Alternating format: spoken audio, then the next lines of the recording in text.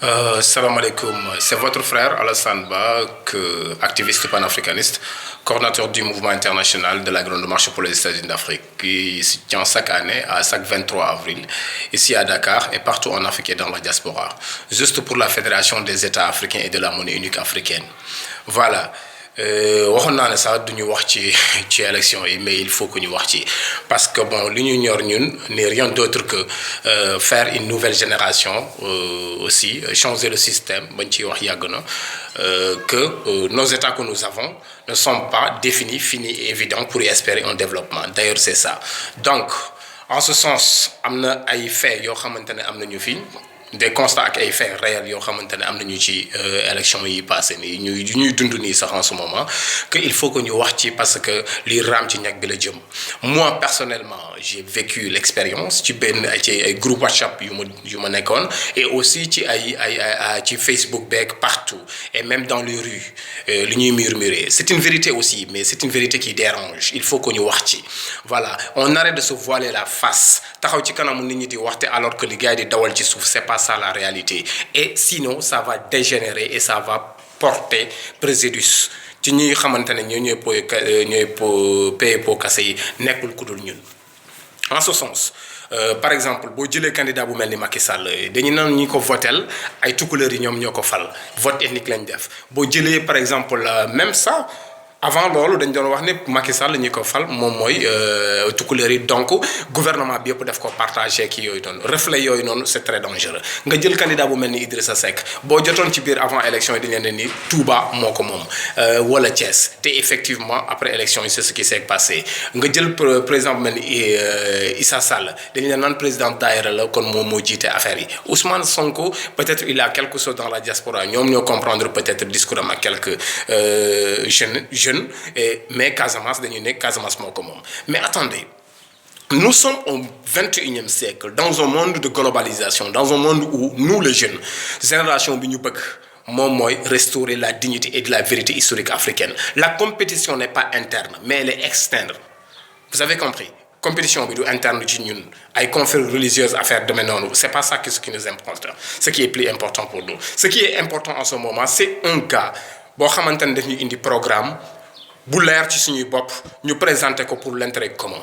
mais c'est pas des gens yoo xamante ne l'honnêteté intellectuelle que doivent avoir nos dirigeants aujourd'hui c'est quoi c'est d'aller bu ñu demee par exemple Touba war fa def benn meeting bu ñu yëkkati yegsi ci benn milieu na commencé yëkkati ay xasaayit nit ñi di daanu c'est vrai fa nga dëkk foofu mooy sa fief moom ngay revendiquer mën nga ci yëkkati mais est-ce que tu es parti dem nga ci chef religieux bi ne ko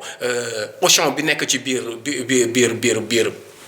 Auchan bi nekk ci biir marché bi day daaneel bawol yi fi nekk est-ce que tu as dit que Afrique dafa war a booloo doon benn réew et tout ça est-ce que tu as dit que le franc CFA est une monnaie coloniale est-ce que wax nga leen jusqu'à présent tubaab bi jëloon suñ Touba génnee ko dëkk bi est-ce que moom ba tey moom moo fi nekk di ñu noot économiquement est-ce que vous tenez ce discours-là il faut qu'on arrête quand on a besoin de la masse. Voilà quand vous avez besoin de la masse ñu def discours boobu noonu et voilà et aussi même parlons aussi des frères des couleurs et parlons aussi des appartenances yoo xamante ne fii la diw dëkk donc dañ koy voter ça c'est pas quelque chose qui va faire avancer sinon dañuy rétrograder nul à zéro parce que l'Afrique que nous voulons demain c'est pas une Afrique de confrérie religieuse, c'est pas une Afrique d'ethnocentrisme, c'est pas une Afrique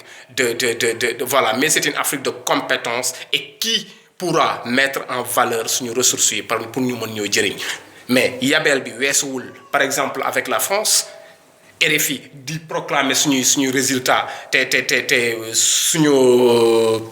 yenn rajo yi jotaguñ ci lu leer ban yabel la c'est parce que peut-être que demain soxla na benn njiit boo xamante ne ni moom mooy gën a bénéficier de la France suba su tendance yi changer ñu dugg ci benn guerre boo xamante ne c'est inutile en ce sens-là il faut que les Africains se réveillent sur ces genres de manipulation il faut que nos soi-disant élites qui sont là ñu fi desagum parce que je sais que l'élite changeante est là et elle va changer le système vous les chers jeunes chers frères et sœurs li nga xamante ne mooy manipulation ethnocentrisme ak appartenance religieuse yooyu noonu c'est pas quelque chose que nous devons questionner nous-mêmes en ce moment il est temps de changer sur cette mentalité que les gens veulent nous faire croire ku ci dooni suba chefs religieux demain atteler aux gens à dire l'intérêt commun du pays, atteler à dire aux gens nan la ñuy mën a jëfandikoo suñu ressources naturelles yi ñu mën ko avancer alors mais pas aujourd'hui faire donner une consigne de vote ou bien murmurer tout bas kii pël la kii soose la kii joola la kii bambara la kii des choses comme ça